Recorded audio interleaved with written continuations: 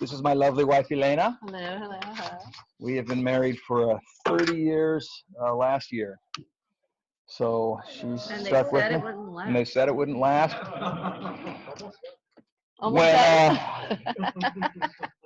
Yeah, like we got married and, you know, we were both young, and then I got old and she's still young. But I thought, all right, so it's working for me. We met each other at a church in Long Beach that was a greenhouse for us. We were all in college ministry together, Elaine and I, and Eric, and many other people that we've done life with along the way. That church was kind to us. We looked, we learned, we led, we launched a ministry there. A church, that's where they gave us a vision for church planting. I went down there to be, you know, I wanted to go into music and wound up in ministry.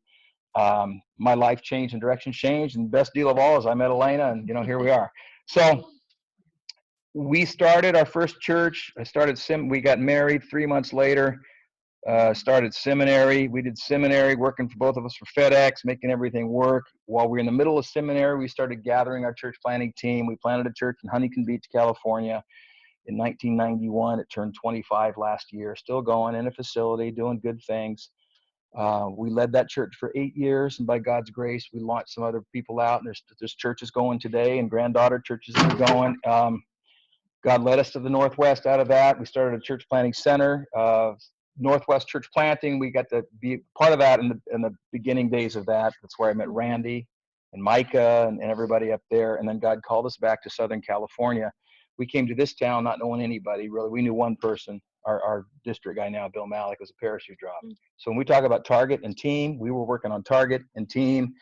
So we've been churches from 2 people, which was this one, to 4,000 or 5,000, which was the one on the Northwest, and everything in between. And along the way,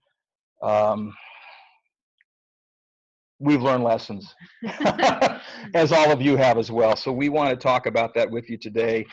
And I think you're on, yeah, to tell us where we're going. So we're just going to go back and forth and, you know. Stop us if we need to. Well, my premise is that knowing what's likely to happen is a great stress reliever. I like to be prepared if I can. Now, of course, that doesn't make that you're not going to have problems just by being prepared. But I think that it helps for me to realize that some things are just part of life and they're just normal. So if you have teenagers, you know you're going to have a certain amount of you know, difficulty. If you know you're going to have babies, you know you're going to have a lot of crying, you know, so you're not surprised. And that helps me. But it also helps me to realize that there's so many joys and to be prepared for those too, because even the highs and lows, the fact that you have the highs and lows can be exhausting. It's not, you know, if you've ever gone through a period of depression, at least you know what to expect. You're always depressed. You know, it's like depression. Today, new day, depression. You know, but if you're going up and down with trials, it can be exhausting. And I found that sometimes in church planting and ministry in general, one day can be a great joy. You know, I'm made for this. This is amazing. I got to see the hand of God. And the next day can be equally devastating. So, but I guess that's part of life. So anyways, I came up with the analogy of a roller coaster because for me, a roller coaster can be super thrilling and also just frightening. So, and that's how sometimes I experienced ministry and church planting. So we're going to go through a few of those, and hopefully just by knowing that they're there, you will feel somewhat, oh, okay, I'm going through that thing that a lot of people go through. It's not just our church, because sometimes you think, oh, it's just us. All right, is it me? I think you're going to do the first one. All right. Oh, well, you can do the beginning here. Okay, yeah, so your blanks, you see those? Because we have blanks. We have blanks, and we want to all feel good about those. So you know what's ahead. Yeah, that helps. Know the joys and tribulations. Or trials. Or trials. The good, the bad, the ugly. And know that that's normal. So we're going to tag team, and we're going to go through. We have 8 in your notes, but I'm going to give you a bonus one. So we're going to have 9 roller coasters, and you can come up with your own, too. Here's the point. Not all of these will resonate. Not all of these will resonate right now. They will all resonate at some point. But right now, you can kind of know where you are and maybe pick out one or two. A lot of the guys are here. Some of us are here without spouses, but this would be a good thing probably just go talk about. Just knowing, hey, it's normal. Because when if you find out, you think it's not normal and you find out you're discouraged, sometimes people check out. I'm off the script, but I just talked to Gary. Gary leads a ministry working with church planting couples, he and his wife, and people in ministry. You tell me, how many people a month step out of ministry in the United States? Every month, here comes. 1,800. And some of them get out because they just get so discouraged that they can't see the upside come again. Actually, Gary works with couples too, and I'd like to give some information to at some point. Maybe not today, but tomorrow to have that. Can we do that? Totally put you on the spot, but thank you. So 9 of them, okay? I don't know if what you have up here is what I'm going to say, but we'll work it all out. So here's the first one. Oh, okay. They do the That is. Okay, you can call that the pride humility, but here's the bonus word. I call this the confidence roller coaster. These are in no particular order. But church planters, generally speaking, you have a certain level of self-confidence, right? You can do things. You can start things. That's how you're wired. That can be great and that can be really detrimental. So I've kind of put it this way. I've had a lot of self-confidence, and then I've just gotten the crap kicked out of me from life and ministry and other times. And then I've had no confidence. Like, oh, what could I possibly do? Okay, Saul to Paul, you hear it? It's like, oh, geez. But that's when God really can come in and work. So I've gone from self-confidence to no confidence to God confidence finally, and I can do that daily. It seems like it's not like you get it all figured out, but we go through that all the time, don't we? So the confidence roller coaster, which just goes up and down sometimes with our circumstances, and we feel it all the time. That's all I got to say about that. So that's pretty quick. Kind of proud of me right now. I'm very self-confident with it. You got the next one. I'm going to suck on the next one now. Oh, I have the next one too. See, I told you.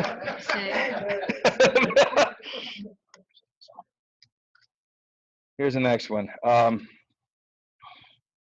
it the attendance roller coaster. Now, I know it's sometimes popular to say, well, we really don't count. But come on. Does anybody not count? You don't count. But you do count. Even if you don't take an actual count, you're going to go, and let's face it, sometimes if you go from, like, I don't care what the number is, let's make it 12. You could be 12 or 1,200 or 12, whatever you want. But in the next week you're at 14. Suddenly you ride that baby out, and if you go like this and it's going exponential, by the next 3 months, you're going to be at 2,000 people.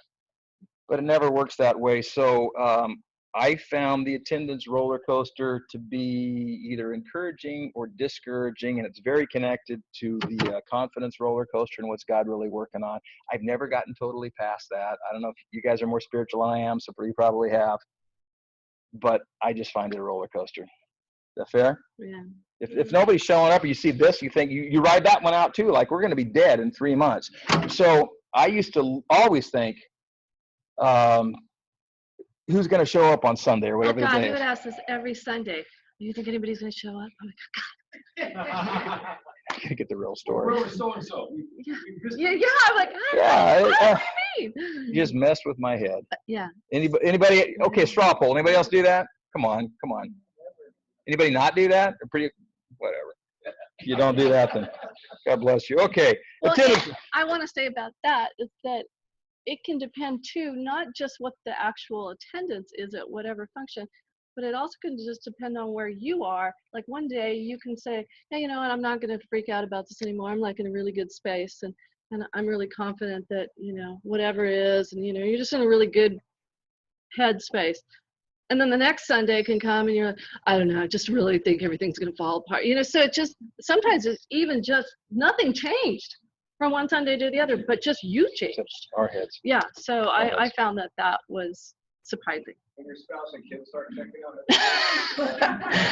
I'm not coming. How do you do with that? Yeah, I'm not coming. Yeah, that's not easy either. Somebody just talked about that, saying they finally got to this place where the wife is saying to the husband, I don't want to go to your church, or whatever it was. Yeah. And let's face it, you're gonna have some of those too. But then he said, I don't want to go either. So.